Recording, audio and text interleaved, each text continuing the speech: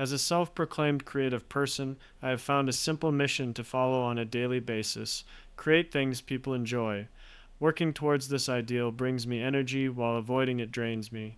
As someone that works in product development during the day and as a hobbyist writer by night, I have found myself contemplating what it takes to create things people enjoy. Interestingly enough, the creation process looks similar for both business and art. If you wish for your work to be swirled and savored like a fine wine, rather than shot with a grimace like warm tequila, your product must fulfill a desire or unmet need for your constituents. In both art and business, a similar game is played if the creators want their consumers to enjoy the experience associated with their product. However, nuance exists. The key difference in the game is that businesses compete for money while artists compete for attention. Many artists would recoil at this statement with claims that they create solely for themselves, yet they publicly share and promote their work. Clearly, there is some motive to create for others' enjoyment. Otherwise, their work would be created, filed in a drawer, and kept inaccessible to anyone but the creator through biometric encryption.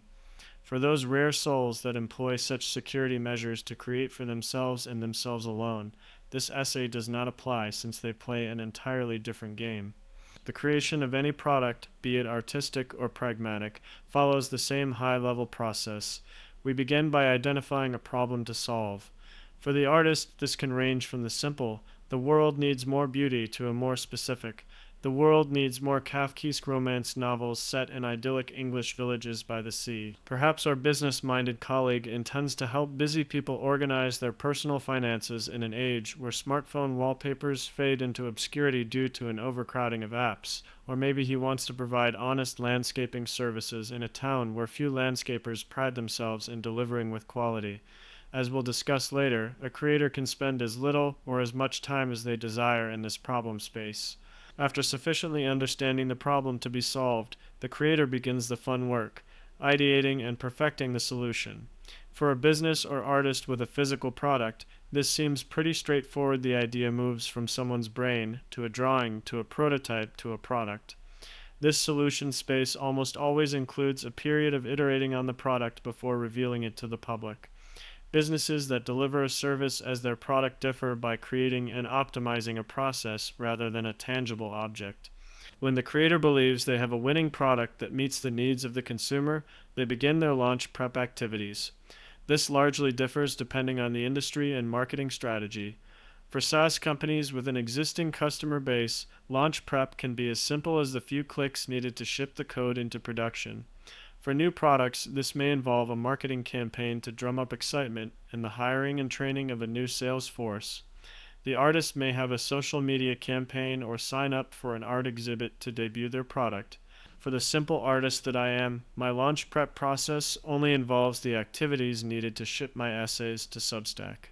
The best products and services have a feedback loop between the post-launch customer feedback and developers, enabling the creator to iterate and perfect their product even further. This path can lead to several outcomes, but we will simplify into two product categories: sure bets and moonshots. Successful sure bets leave customers feeling satisfied about the product, while moonshots offer an awe-striking feeling of pleasant surprise about the product. There are three key considerations when entering this process that highly influence whether the outcome is a sure bet or a moonshot. 1. The strategic direction of the creator. 2. Time spent in the problem space. 3. The types of solutions the creator would pursue. Strategic direction of the creator.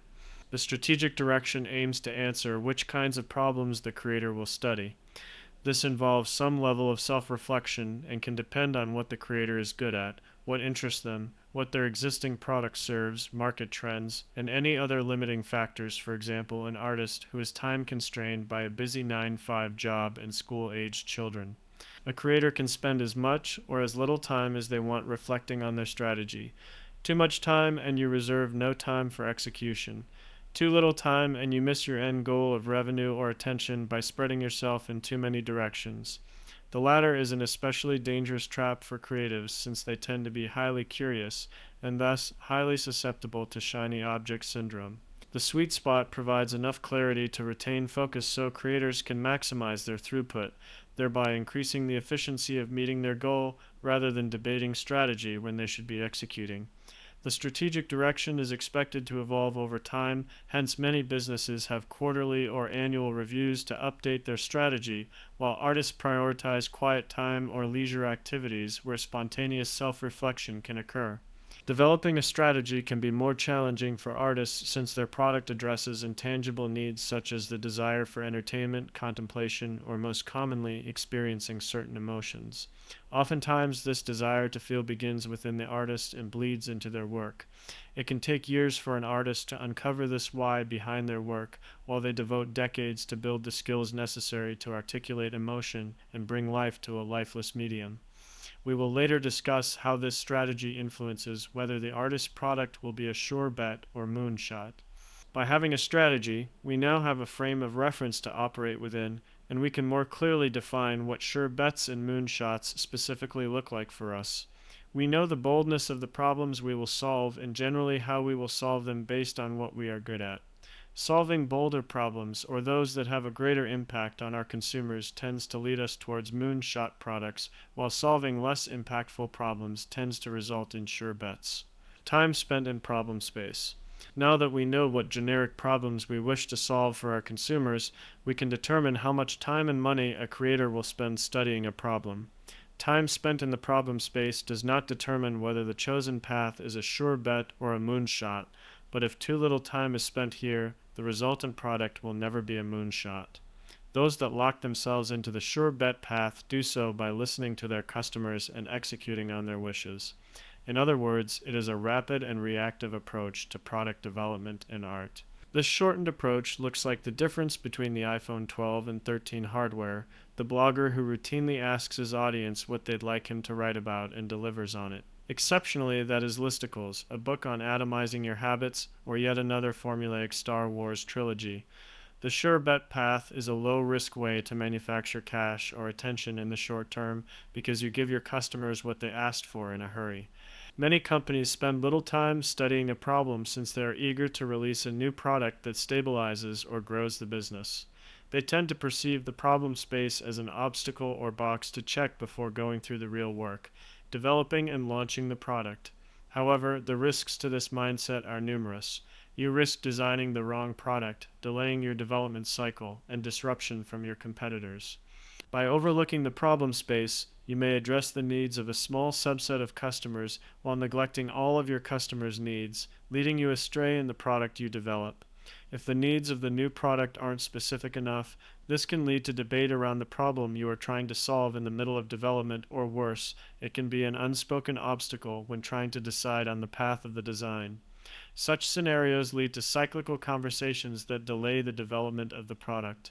Just like how at the beginning of any project, it is valuable to create a plan before executing on it.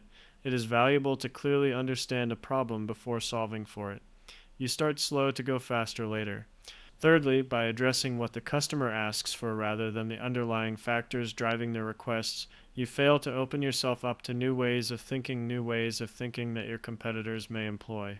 A transformational new way to travel from point A to point B disrupted people focused on breeding faster horses, and I'd speculate that a transformational new way to communicate the value of goals while stoking the flames of the underlying drivers of habitual behavior will obscure atomic habits someday.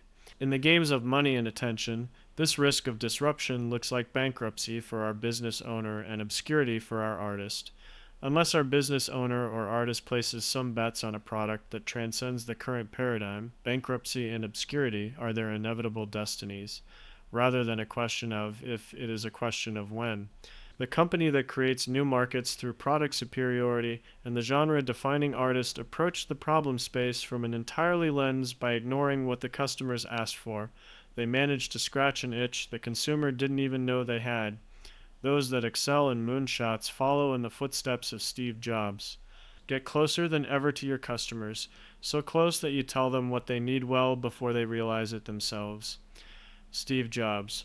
To develop moonshots, you must understand the root of the consumer's problems so well that you can articulate them better than they could, creating a proactive visionary approach to product development.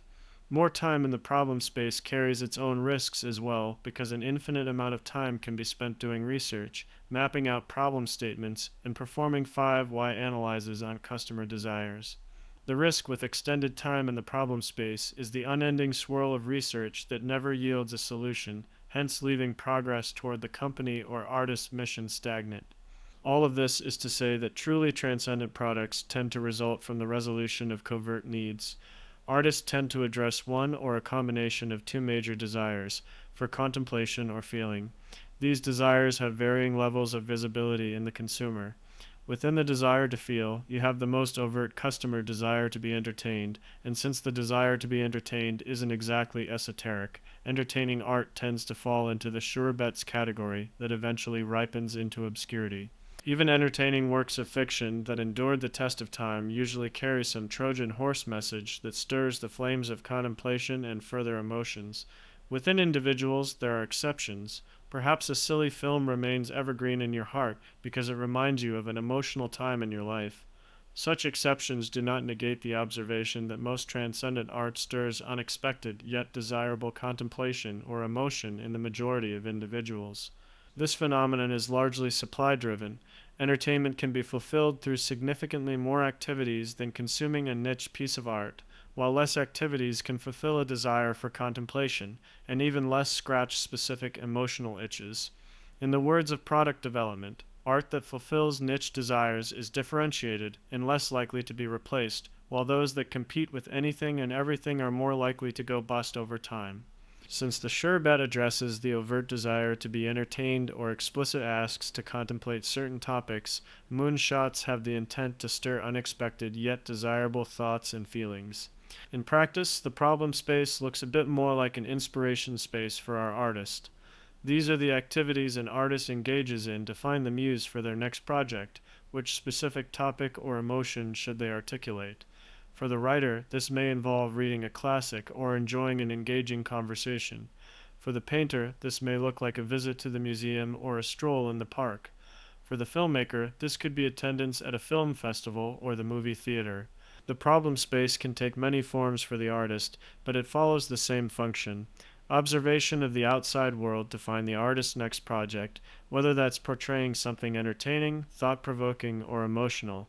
Many times the problem space involves discovering a hidden desire within the creator himself so he can express it for the outside world to experience. The types of solutions the creator would pursue. Once the artist and business have identified the problem they wish to solve, they can address it in many different ways. The solution they choose is based on obvious questions like, will this fulfill the customer's needs, and is it feasible to create this? It also requires a look back at the strategic direction of the creator. Do we have the capabilities to do this? Does this solution align with our long-term goals? Does it complement or cannibalize our existing product's body of work? The business may not pursue a solution if they lack the in-house capabilities to develop the product, just like how an artist may wait to pursue writing his magnum opus novel until he's notched a few more short stories or novellas under his belt. If the strategy involves an attempt to dramatically grow in a short period of time, the creator may be willing to take a greater risk on a potentially disruptive solution or moonshot. Of course, there are ways to mitigate the risks associated with a moonshot primarily through the collection of feedback from experiments and customers early in the development process. A business can sign a few key customers to NDAs and request feedback, while an artist may serialize their novel as a newsletter before printing it. Artists and businesses interested in growth should consider where each potential solution fits within a project portfolio that balances both approaches. The appropriate balance depends on strategy and risk tolerance. A startup may be more focused on transcendence rather than giving the customers what they asked for, while a large corporation responsible for pleasing investors in search of stable earnings may stick with sure bets organically before purchasing the startup once it becomes more mature. Artists don't have the option to purchase their competition since their product is intangible, so their strategy should generally revolve around an attempt at creating a transcendent moonshot, lest he becomes a circus act that perpetually asks his audience, how high, when they tell him to jump. For the artist, sure bet activities become supplementary to his path to transcendence or a means to the end rather than the end itself. Unless explicitly focusing on a new area, a large established business should generally employ an opposing balance. Focus on iterating its core product offering to remain competitive, while supplementing with experimental moonshots. This is especially true if they keep the M and ace up their sleeve. If an established company ignores its core business for moonshots, it loses its competitive edge, just like an artist overly focused on sure bets eventually loses his soul. While we make generalizations here, neither artist nor business should not lose sight of their strategy. Conclusions. Any creator in the pursuit of growth has the option to build a sure bet or a moonshot. No path is inherently superior to the other, as this depends on the business or artist's strategy and their portfolio of existing projects. However, most of us create in the hopes of building something transcendent someday. Those that pursue the transcendent moonshot share the same goal: paint a vision of the future that fulfills a need in a novel way. By strategizing towards high impact problems, prioritizing time in the problem space, and wisely accepting risk, creators position themselves well to transcend the current paradigm. What appears to the outsider as a spontaneous development is the result of a laborious, purpose driven process. Sure bets can be the result of this same purpose driven process by strategically focusing on less impactful problems, since they tend to be quickly understood and solved. On the other hand, sure bets or even failed products can escape despite an intent to shoot for the moon. If the strategy is unclear, the problem is insufficiently understood, or if the solution does not play to the creator's strengths. In conclusion, there are several paths to creating transcendent or incrementally better products, and neither approach is inherently superior in isolation. Their merit can only be judged within the context of a greater portfolio of products. Whether an artistic or pragmatic creator, I leave you with a few questions. 1. What is your current strategy for creation? 2. How are you balancing between time and problem inspiration space and solution creation space? 3. How does your current project tie back to your overarching strategy?